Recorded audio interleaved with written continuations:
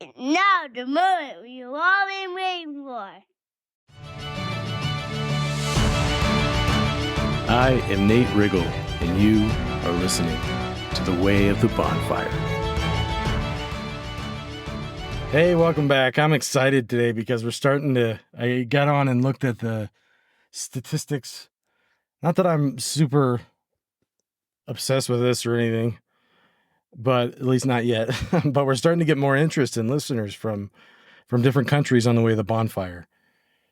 And that excites me because it means we're having an impact out there. And even if it's just in its embryo stage, this little idea that was inside of my head, just not seeing the light of day, that I decided to feed and give some interest and focus to, is now starting to become a real living thing.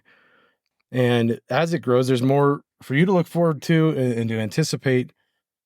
And now that we've gotten past that soft launch and I've overcome some of the obstacles that were slowing down the momentum, the next phase is that I'm committing to two things. Number one, more structure and useful content. And what that looks like is a recurring series focused on themes. We've already got a couple of series in the weekly curiosity challenge. And if you look down through the podcast player, you will see that outside of the normal episodes of the podcast, I currently do a focus series called The Forgotten Secret of, which is where we focus on reviving something amazing that seems to either be getting less prevalent or mostly a lost art already due to distractions and the rapid pace of the modern world, the accelerating pace of the modern world. And it's something that's easy to forget or overlook if you're not being intentional. The first one was kind of a meta in that it was the forgotten secret of paying attention. But we're going to continue that one. We're going to continue the weekly curiosity series. Hopefully some of those curiosity challenges have been impactful in your life, and you're going to keep doing them and sharing them with your friends. And, there was one we did on the weekly curiosity challenge that was the last one. It was capture your idea. And that's kind of the idea behind what's happening here and why I'm so excited about this podcast is I first wrote it down and then I decided to keep feeding it. And on the other side of the curiosity challenge, there was one we did that was do it anyway, that was the name of the curiosity challenge, with the idea being when you have resistance in your mind this week or whatever, whenever you're doing this, things that you're making excuses about, the challenge that week was to do it anyway. And I just listened to this great podcast by Andrew Huberman, who is on the Huberman Lab, who most people, he's really popular podcast, but it's really interesting because the findings that he shared in How to Increase Your Willpower, was the name of the episode, was that as we do things that we don't frankly want to do, and we, engage with that resistance and push against it, it increases our willpower in other areas of our life. So I knew I was onto something. I just didn't know the science behind it. And really, if I'm putting anything out there on this podcast, it's not just an idea or something to fill the time. It's because I truly believe that this is something that can be impactful based on my experiences and on my intense curiosity and observation of the world around me. So take it for what it is. I hope you continue to keep trying those weekly curiosity challenges. And the new one today that I'm launching is the third series in the Way of the Bonfire, called Lessons from Everywhere. And Lessons from Everywhere is where I package up a nice little package for you and deliver a list of 10 things I've learned from someone or a group of people or an experience or an industry or a category out there that has brought a lot of value to me. And they're really tips that you can use. And it illustrates that curiosity and perspective is all around us and ready to be discovered. So I do claim to have some great value and unique advice to offer, but please understand that it's not because I claim to have found this wisdom through my own virtue or intellect or genius or some prestigious degree or qualification. Those are not my gifts. But I do have a secret weapon that I know how to wield. One of my greatest inherent talents has been insatiable curiosity and the will to try lots of things and actively learn lessons from others, because that's the intent that I have as I try things and I go through life, and remember them and turn them into something anyone can benefit from. Sometimes it's hard to see the lesson in things, and I think that we should all be sharing the lessons that we learn from sometimes unlikely places, sometimes obvious places, because sometimes our lesson and moral of the story is going to be different from others, and it's a brand new angle. We've got to build a community of these perspectives so that we can. It's kind of like coming to a potluck, right? If you have dinner for yourself, you get one thing. If you have a potluck and everybody brings something different or a side or whatever it is, you still spent the same amount of money and energy to contribute, but now because you engage the community, you get so much more in options at that potluck. And that's the idea of what I'm doing here with lessons from everywhere. I like to compare my gift of being able to synthesize this curiosity and these lessons from these different places, and to kind of absorb things from different people around me. I like to compare this gift to a superhero's powers. And if I were to pick a superhero, it would be Rogue from the X-Men. She's the one that has the ability to absorb and copy the attributes of memories and powers and strength of other superheroes. It's almost like wishing for more wishes, or it's kind of like a cheater superpower, right? Because it's not like you're comparing styles and saying, oh, can the person with the laser beams beat the person with, the ability to fly? It's this one, we can have access to a lot of things that we didn't necessarily have to work as hard for, because someone else has found a way to embody them.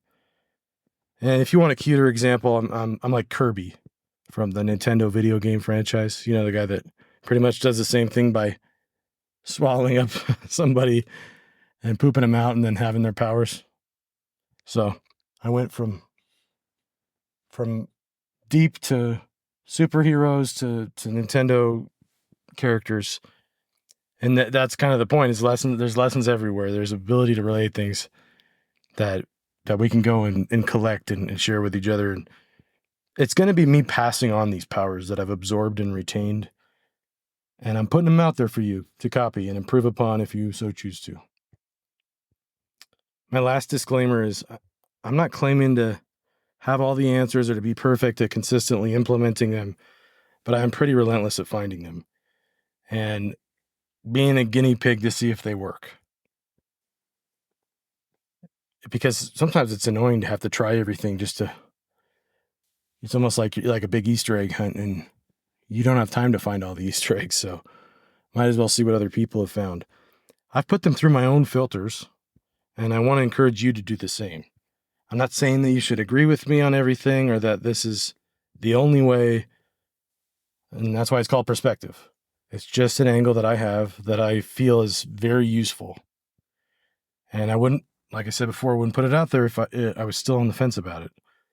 I've tested it out, and I know that it's helpful, at least for people that have similar experiences to me or have, had similar challenges.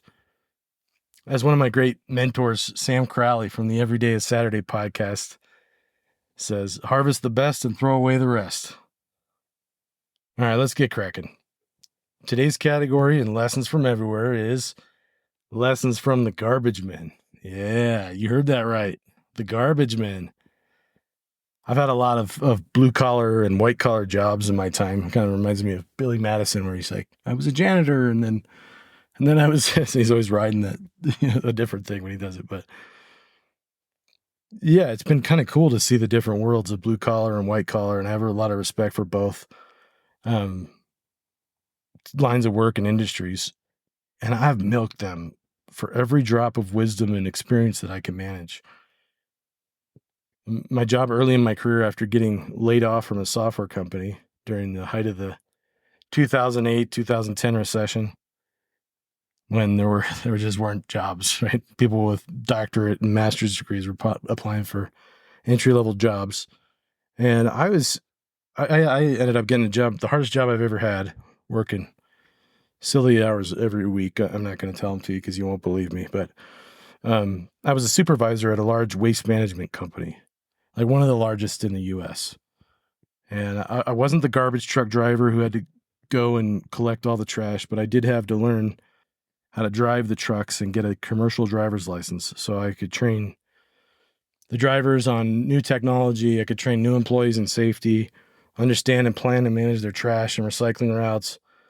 So I could be like a second set of eyes to help everybody stay safe out on their routes and keep the residents of the cities and places that they were driving in safe as well. So, and I would take the trucks back to the yard and swap them out with my driver on the route when needed.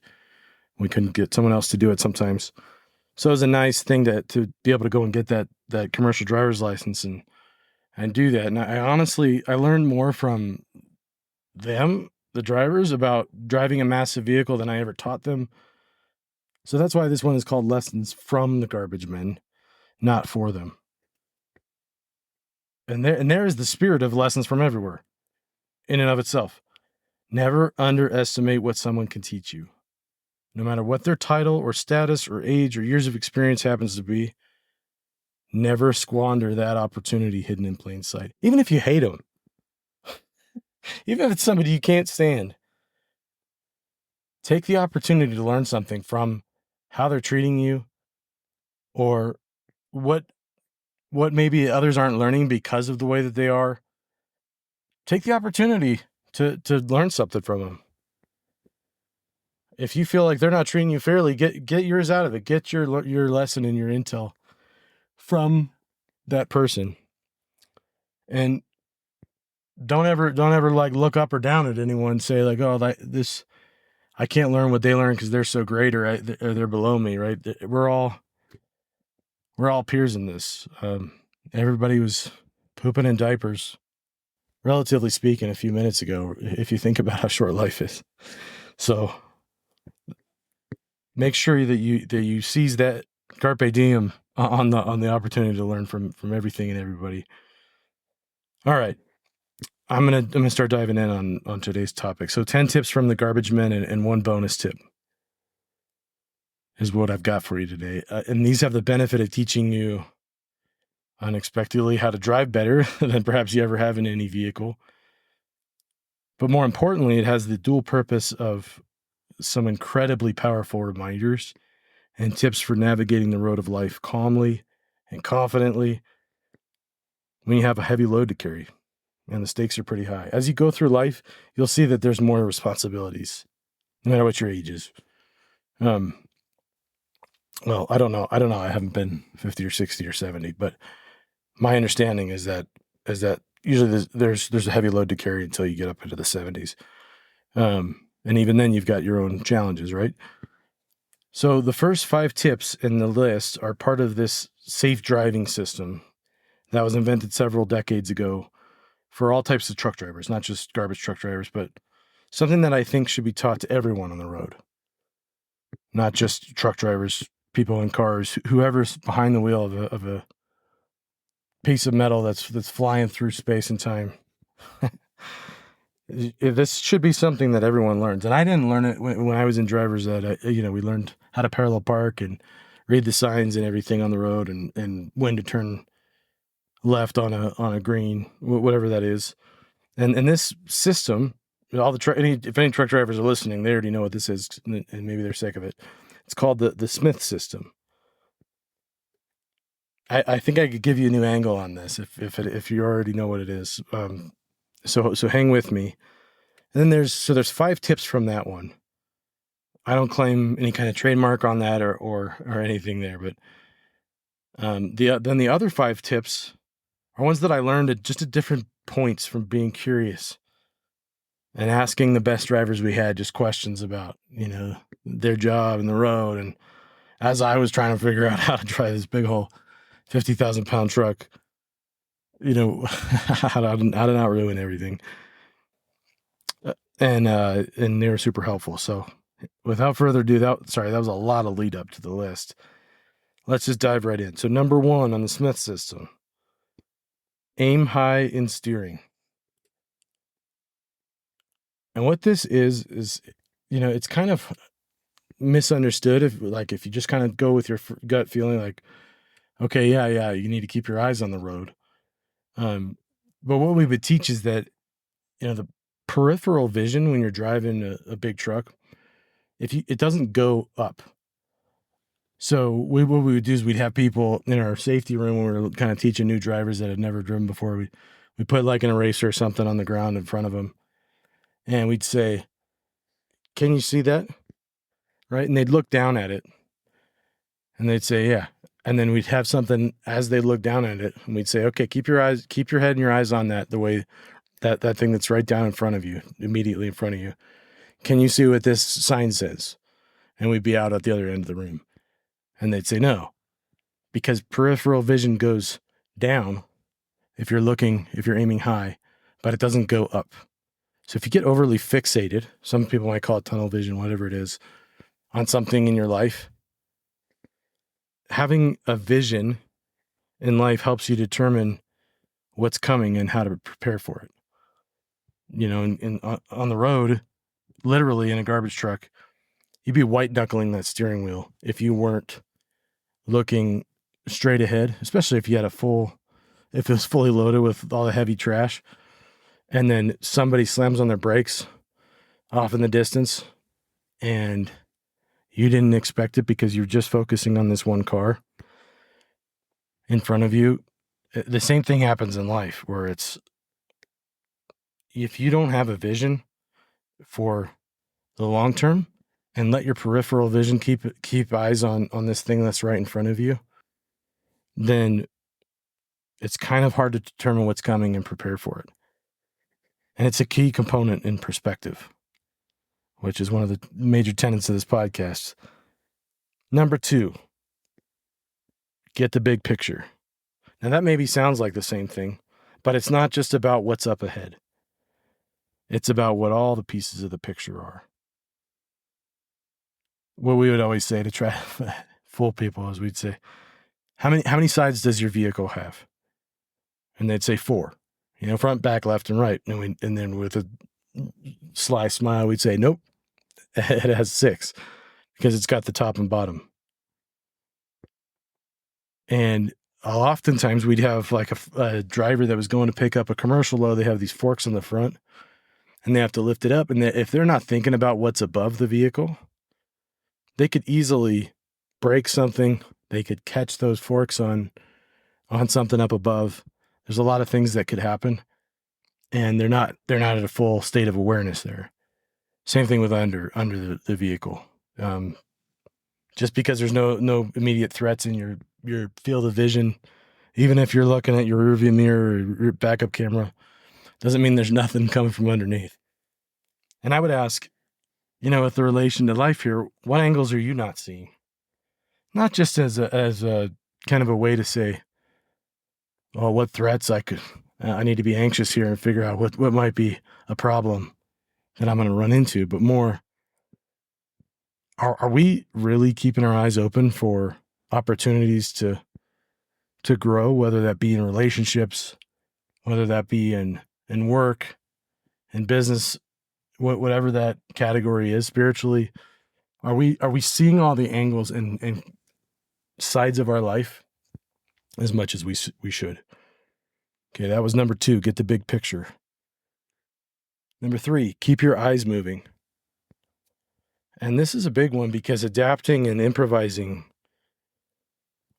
as you drive down the road, there's going to be crazy stuff that happens. Somebody will blow a tire and go sideways on the road.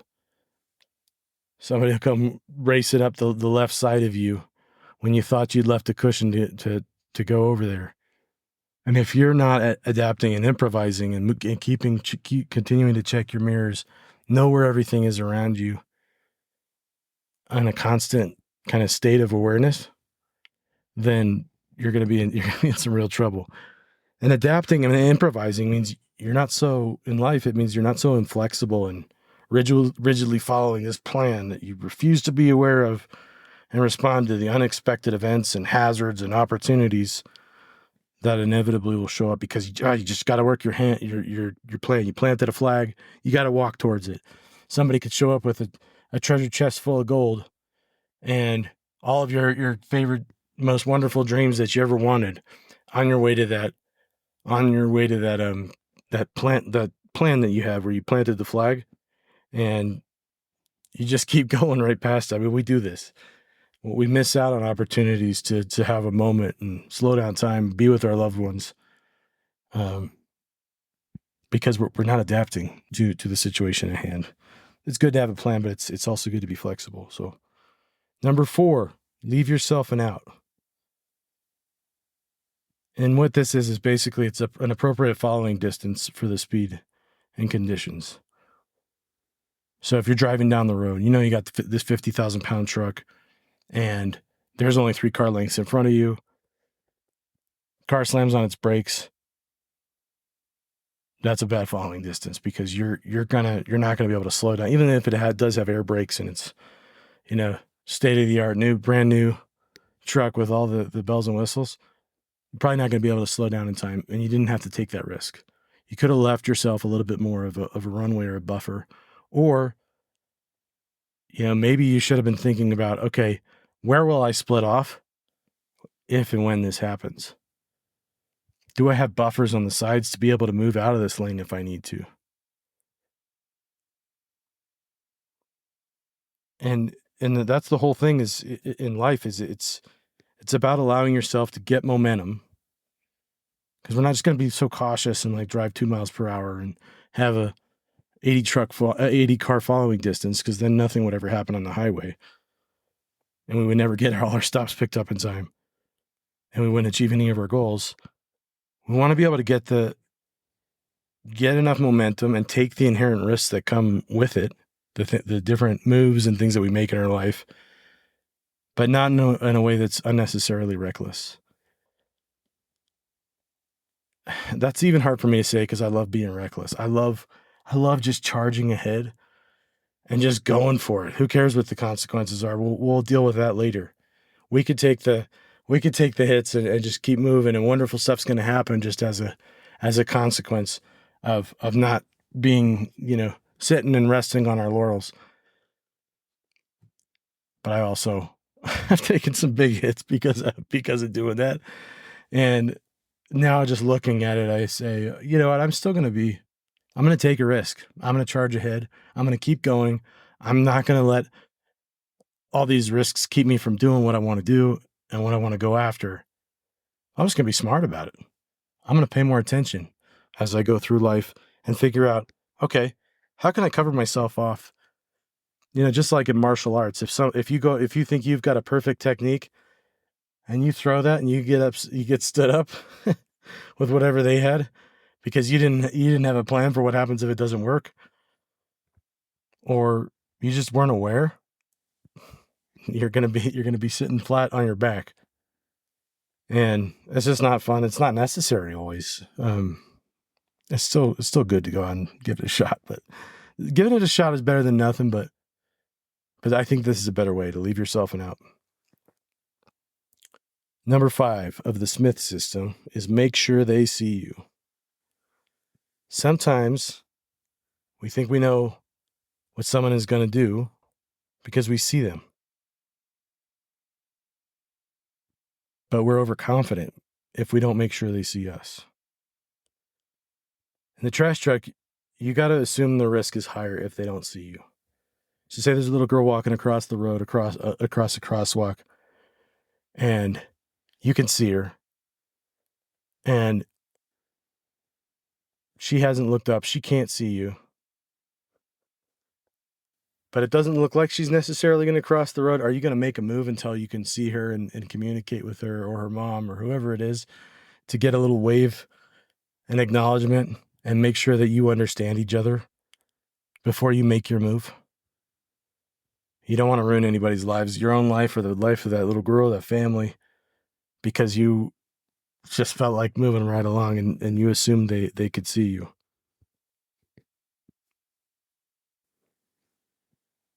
Please don't misinterpret this as the need for constant attention and notoriety and praise from others. That's not what I mean by make sure they see you. And the kind of the life parallel here. Make sure they see you is about being sure that people know your values and intentions and giving them the best opportunity to interact with you in a healthy way. And if they refuse to see you, just be careful so you don't get run over, or you don't run them over by unintentionally. Communication's hard. It's a tough thing. Sometimes we think we got it because we spoke something with our mouth, but did we understand? Did they understand us? What filters are they running everything through? Make sure they see you. Okay, that's the end of the Smith system. Hopefully you can drive better now on the road and in life. And now going on to number 6. These are some cool ones that I learned just kind of as I was figuring this thing out and trying to figure out how to drive this big old truck. And yeah, it's a lot harder than driving just a Duramax or something. The next one is I was talking to this one driver who had been in a couple accidents and almost lost his job for it. And I said, well, what would you suggest so that I don't make the same mistakes? And he said, number one thing is don't take more than you need. And I didn't understand what that meant at first, but to give you a little context, backing up is the most nerve-wracking thing in a big old truck with all those blind spots. But it's necessary in a front loader, especially the ones that, have that fork that I was talking about on them. You have to be able to pull up to a big old, commercial garbage thing that you see out behind the businesses, put the forks in it, flip it over your head into the top of the hopper or the container of the truck. And then there's nowhere else to go but backward from there. And sometimes you get into some tough situations when you have to back up. It's like you feel almost like you're backing into this place where there's just going to be people walking or whatever it is, or there may be it may be kind of tight, and you're thinking, I don't know, I don't even know how I got in here in the first place. How am I possibly going to back out and not hit anything? So it's super nerve-wracking. And the question, don't take more than the piece of advice, don't take more than you need, is basically saying, how much do you really need to be able to turn around or get your vehicle pointed in the right direction to get back on the road? And maybe next time you're backing up, you'll see what I mean. You don't have to necessarily back into danger and go right onto the busy street. Or you can make can you make a big enough pivot in the alley opening or the parking lot to get your front wheels facing the street? After that, I never would back up further just so I could do a single point turn. I'll do a 100-point turn if I need to, especially when I'm driving that big old death machine. So think about this on our life. So often we have learned to pretend that we have no blind spots, or that we can go right up to the edge of a stupid risk and nothing bad will happen because it hasn't before. And we've done it lots of times. It only takes once, and then you just think, man, I should have thought about following that piece of advice. Or we feel a little wrong about doing something, but we ignore it and push past it. Sometimes we also just take more than we need in other ways. In our relationships, with our life, with the world. There's this economic principle that's maybe kind of controversial, but it's called the tragedy of the commons. And what it is, it's acting only in your own self-interest. Just because you can do something doesn't mean you should. Or it doesn't mean, it could backfire not just on you, but on your entire ecosystem. Like if I put out a bunch of cookies and someone just came and stole them and ate them all because they weren't sure when they were going to see them again. And they kind of jacked everybody else up. And we can have contentious debates on this, especially if we get into the politically charged categories. But that is not the point that I'm focused on here. The point is that there is a fundamental question and principle here. Am I taking more than I need? Am I consuming more than I am creating and contributing and producing? If the answer is yes, we should be asking ourselves, if I can shift that balance to contributing more than I consume, then you'll have averted disappointment and pointed ourselves towards more fulfillment in the journey. It's just how it works. And the only way to believe this and to know whether I'm full of crap or not is to go out and try it. Spend your day taking what you need, but giving back even more. But don't forget to take what you need, because sometimes we try to only give, and we forget to take care of ourselves. So just think about that balance, and hopefully you can skew it in the other direction where you're giving more than you take. Because in reality, you're probably getting more than you think. Anyway, moving on to number 7 here. When in doubt, get out and look. How many times have you said and this one has to do kind of with don't take more than you need, backing up in the truck. You're like, I might be pretty close to that. You probably have experienced this in a car when you're parallel parking, or even when you're just trying to take, maybe if you drive a bigger vehicle and you're trying to take that little tight turn to get past that other car, around that other car, and you're like, oh, I might be about to hit that thing. Especially if you're not used to that new vehicle and kind of the depth of it. Maybe you get really close. Maybe you have scratched somebody up before because you thought you had enough room, but you didn't. Or maybe, you were like, maybe. And then you hear that boom, and you're like, dang it, shouldn't have done that. My question to you is, how many times have you said, I'm just going to double check on something, and you've been so glad that you did? That's what get out and look is. Think about, if you're a parent, that parental instinct. Just out of the blue, all of a sudden you're thinking, I think I need to check on this kid, or I don't know where they are. Maybe I should go spot check. Not like a helicopter parent or some overly paranoid person, but just you get this feeling like, I should probably go figure out what this is or what's going on outside. Maybe it's a little, that kind of like spidey sense you get before you send that email at work. That maybe is a little bit spicy. It was before you commit to some major project, when somebody's trying to get, all the resources they need for something, and they say, can you help us on this? And wanting to be helpful, you say, yeah. But in the back of your mind, you're thinking, wait, what is this? What should I? How much am I committing to here? Maybe it's just some development in your life or at work that you need to take a closer look at. Or to call a friend or a loved one that you just had a hunch to call, either for your benefit or for theirs. The key here is that you are not always going to be so cautious that you never get anything done, but that when you are in doubt, it's not just get out and look. It's not go check every little thing. When you're in doubt, if you have that little bit of doubt, unless you're like a worrywart, you're worried about everything. But if it's just kind of this healthy little feeling of doubt, it's worth taking a minute to think before you act. Get a second opinion. And maybe it comes back that you were just being paranoid. But do a deeper gut check. Like if the drivers were just getting out and look every time they went to back up, oh my goodness, they would never be profitable. We couldn't have a business. But when they were nervous and they were thinking that's kind of a tight, close call, maybe I should just go check and see if I can go a little bit further to get out of here. We averted so many accidents doing it that way. And really, like, we should be doing these deeper gut checks on ourselves.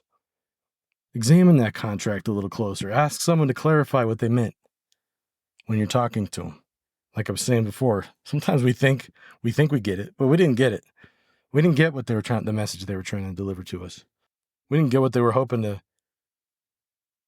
to do there. So just saying, could you clarify a little bit? Maybe it puts another minute behind. Maybe it puts you another minute behind on what you're doing. But it could be the most valuable minute of your life. All right, number 8, rock and roll. Bet you didn't expect that one. Most vehicles have the piece of the frame or the post that sits on either side of the windshield, essentially supporting the roof of the vehicle. Like if you just look out your windshield and you see the two posts on the side of it in your car, that's what I'm talking about. Sometimes there's like an airbag thing in those curtains or whatever. And you can see clearly in 180 degrees out the windshield and the driver and passenger door windows when you're driving forward, right? You can kind of see everything that's going on around you, at least for a 180 if you're not looking in the mirrors and looking behind you. But we think it's 180 degrees clear. But there's a blind spot that's often overlooked because our brains kind of stitch it all together for us. We complete the picture even though there's something blocking a piece of it, because that's what our brains do. What might be perfectly hidden behind that post on either side of the windshield could be a huge, something that you're, the person that's behind you could be in serious danger if you're not thinking about something being potentially behind there. If you're waiting for an opening to turn onto a busy road in traffic, it's easy to think, oh, the coast is clear, I'm going for it. I haven't had a gap between all these cars that I'm trying to turn left on, and I got this huge vehicle. I better make a shot for it now, or I'm never going to get out. But the garbage truck drivers have a term they call the rock and roll. In other words, rock and roll in your seat before you pull out to make sure there's not a motorcycle or a pedestrian perfectly timed and hidden from your view behind that post. This is about the blind spots that are right in front of you. Don't skip the important steps just because you're in a hurry or you don't want to miss an opportunity, or someone is a backseat driver telling you to get after it in your life. Make sure there's enough space and intentional design in your life to not have to be rushing from one thing to the next, or you will inevitably forget something. You'll overlook the important stuff, and you're going to make a stupid mistake. Number 9, vehicle condition report. Every morning before driving off the lot, and every night before clocking out. You're looking at your tires, your lug nuts, chains for the weather. If there's a snowy day, you want to make sure you have those so you don't get out there and be stuck. You want to see if there's any damage, there's leaks. You're checking your gas level so you're not driving off the lot with no gas, getting all the way out to your route and then having to go backtrack. Checking your oil levels, anything out of the ordinary. And if it's the beginning of the day and it's something that is not right, you fill up the tire. You get enough gas, you take it into the shop, or you get a different truck before you head out to your route. Because either you could kill someone or not be able to do that basic function of the truck, or if there is already some damage, pushing it any further could cause even worse damage, like way more expensive damage by pushing something. I mean, think about if the oil was low or the pan was leaking. $100,000 to $300,000 truck just seized up the engine. How often are we checking in on our own vehicle, which is our mind and our body, at the beginning and at the end of the day? I'm taking a couple courses right now on the morning ritual and the intention that we set for the day being the most important thing that we can do. And then the evening allows us to catch anything that may have developed during the day that we may have missed. And in my case, if you've been listening to the podcast, you know that I didn't do the vehicle condition report for too long on my mind. I let too many things build up and break down. And I just kept taking the truck back out thinking, charge ahead anyway. It's the right thing to do. Because I need to be on time and come through for everybody. I need to pick up these stops on time. Well, if we're not sitting here thinking, okay, what's eating at me today? How can I let go of that? What do I need to do to make this better? How can I fix this piece of my life that's really slowing me down? Then we're not doing our vehicle condition report. And number 10 is drop back 10 and punt. I know that doesn't sound like garbage truck terms, and neither did rock and roll. But the point of this one is you need to know what you will do when you shouldn't keep going and pretending business is fine as usual. I had this dispatcher. I'd often work with one of our dispatchers to figure out a way to make it all work in a safe way with limited time and resources.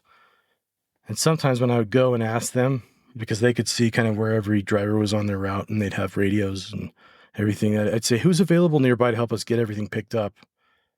Because we're running behind on this route. And we'd sit there and we'd put our heads together in this think tank and we'd look at all the maps, we'd roll them all out, and we'd say, okay, Javier's over here. He's on his way back to the lot and he has no gas. And he's over his hours allotment for the Department of Transportation. We can't use him. And then we'd sit there and eventually, sometimes, and maybe he said this a little too often because it was an easy out, the dispatcher would look at me and just shrug his shoulders and say, drop back 10 and punt, which I knew meant we had to cut our losses and figure it out another way or pick it up on another day and apologize to the customer and plan our routes and contingencies better moving forward. That usually was a longer process of problem solving, and it wasn't really an emergency, but it's still usually a punt. But sometimes, in the garbage business, the drivers relied on me to call the play when they got into certain tough situations on the route. And while we're always expected to harp on the sore subject of efficiency and quickly picking up all the stops on the route and measured promotions and bonuses based off of number of lifts or how much weight you collected per hour, that ever-increasing pressure driven by the stockholders was often at odds with the most important overriding factor, which is safety. And the quickest way to get fired was to ignore or be careless when it comes to safety for the driver themselves, the businesses they were serving, and the people on the streets and the alleys and the roads of their routes. If we weren't putting that first, and we ever let efficiency or like the kind of the hurry to get everything picked up and get a bonus, get ahead of things, it was super counterintuitive because the safety would be at risk. And because of that safety piece, other times the punt was incredibly obvious and immediate. One day I'm at the office and I hear on my radio, "Hey boss, you got a copy? I have an emergency." I'm thinking, great. "All right, copy, what's up?" My driver, "My load is on fire." What that means is sometimes the trash in the hopper or the back of the garbage truck would catch on fire, often because someone put their charcoal briquettes or some other restricted flammable combustible thing in their garbage toter. "Copy that, where are you?" "In the truck, in Lakewood, at these specific cross streets," whatever he said. Me, "Can you get out?" Driver, "I'm in the middle of the road." "Can you see an open parking lot?" "Yes, there's an old church with no cars in the parking lot about 50 feet away." "Is the truck itself on fire, or is the fire or smoke in the cab?" I'm just freaking out at this point, thinking, man, I hope he's okay.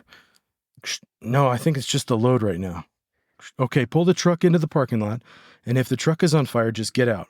If not, dump all the trash into the middle of the parking lot as quickly as you can. And I need you to hold on to your radio and get as far away from the truck and the trash can as you can, and radio me back. I'm calling the fire department. Copy?" "Okay, over. I'll be right back." And then about 2 or 3 minutes later, "Okay, Nate, that's done." Me, "Are you okay? Are you far away from the truck and trash?" The driver, "Yes, the trash is all on fire in a huge blaze in the parking lot, and I'm in the neighborhood across the street." "Is it close to anyone or anything else that could get caught on fire or burnt?" The driver, "No." "Is the truck still on fire?" "No, it's just steaming where the trash was dumped out." "Okay, good. Fire department is on their way. Tell them what happened and let them be the ones to put it out. Don't you try to do anything. Make sure no one walks anywhere near that parking lot or breathes any of that stuff in. I'm on my way out there as well. I'll call the number for the church and let them know we'll pay for the parking lot." Copy. Thanks, Nate. This is so crazy. See you soon. I took another empty garbage truck out to the driver, got a nearby driver to help him finish his route on time. And then I spent the rest of my day in a Bobcat, scooping wet, melted trash into a construction roll-off container. I had another driver drop off next to the mess and putting the pastor's mind at ease that they were going to be getting a brand new parking lot. So they should they should look on this as a blessing. I was so glad I had already trained on this exact situation. And I had mentally prepared what questions to ask and how to respond and what to recommend based on each answer in each moment. And maybe this seems like a funny story and a close call because no one got hurt and damage was minimal and not permanent. And we still got all the trash picked up that day, so we can all laugh about it now. But knowing when and how to punt is the only thing that kept a much worse outcome or even multiple tragedies from potentially happening. Because I think I've mentioned this a couple of times already here, but a loaded garbage truck is like a 50,000-pound bomb on wheels. They're known to explode from accidents, even when they're not already filled with burning trash. Just Google it. But when that bomb on wheels, when the fuse gets lit, the priority shifts entirely from getting the trash picked up on time and making money and keeping customers happy to protecting people's lives and safety and taking as little damage to any property as possible in that order. Chaos is something that happens. It's inevitable. But deciding ahead of time how we will handle it and what will be our state of mind is so valuable.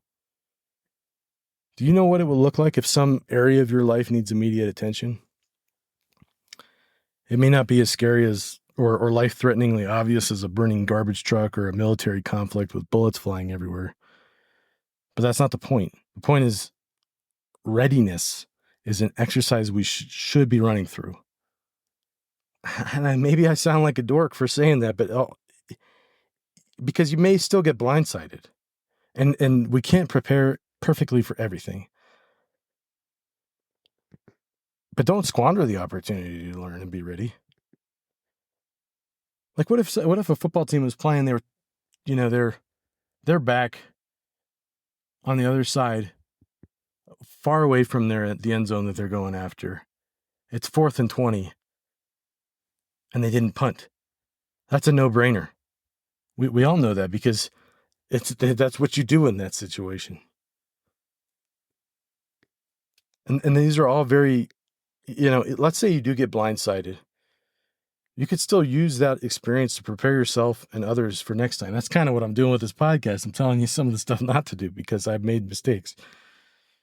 And we should learn from the things that we do wrong and spread the word to others. Like, I wouldn't go down that road. There's a lot of things like this that are all very great ways to remind yourself to travel through life well. But I do have just one worry in sharing this set of perspectives on preparedness with you. I don't want it to shift into this feeling of let's spend our whole lives worried about what might happen. Lots of things if you don't keep them in check, they can have a dark side and actually do you more harm than good. Sometimes an obsession with preparation without the necessary, like the correct mindset, it can be a real trap. All this sort of worst case scenario, what if planning can cause you to shift into a stressed mental state of paranoia and anxiousness that is also more painful than real life sometimes. There's an old quote from the early 1900s that explains how excessive worrying is not really the point of being ready. It's attributed to a lot of people, but it kind of always comes back to some old anonymous old man where it says, I've been surrounded by troubles all my life long, but there is a curious thing about them. 9/10 of them never happened. And so how do you prepare but also not be paranoid?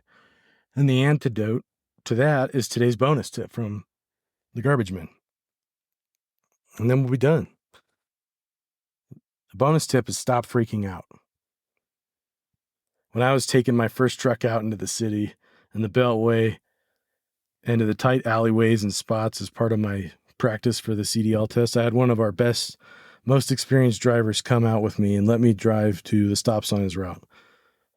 And to me, I felt like I was hitting or running over the cars on both sides of me. As the darn thing felt like it was so top heavy and about to roll over. And all I could think was, man, this is going to be so embarrassing. If I crash this thing, I'm going to be the laughing stock, or I'm going to be so ashamed and my life will be over if, heaven forbid, someone gets hurt because of me. And I was so preoccupied with all the hazards and the horror stories that I had heard that I was absolutely just tripping. And as I pulled the garbage truck out of the yard and headed toward his route, the driver I was with noticed I was acting funny and started to laugh under his breath. I said, "What?" I'm trying to hide my state of fear, trying to be macho man. And he says, "Dude, stop freaking out or you are going to wreck this thing."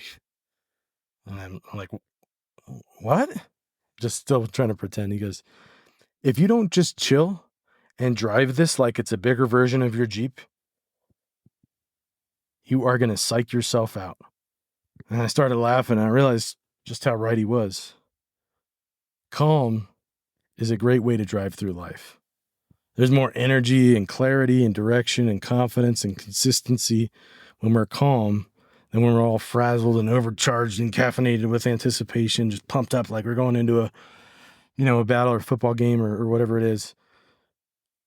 But even the best athletes and everyone that's been in all these different situations, doesn't matter what it is, they'll tell you to relax and let your training kick in. Believe that life is good and go get 'em. Hey, thanks for listening to this episode of the podcast. Every single time I do this, I get a little more fired up and my bonfire grows a little bit more. If you're feeling the same way and like you got value out of this, would you do me a favor and go onto the show page in your Spotify or Apple Podcast or wherever you're listening to this and leave a rating and click follow. That way you never miss another episode of the show, and it helps me immensely to keep the momentum and keep bringing the good stuff for you. We'll see you on the next one. Thanks.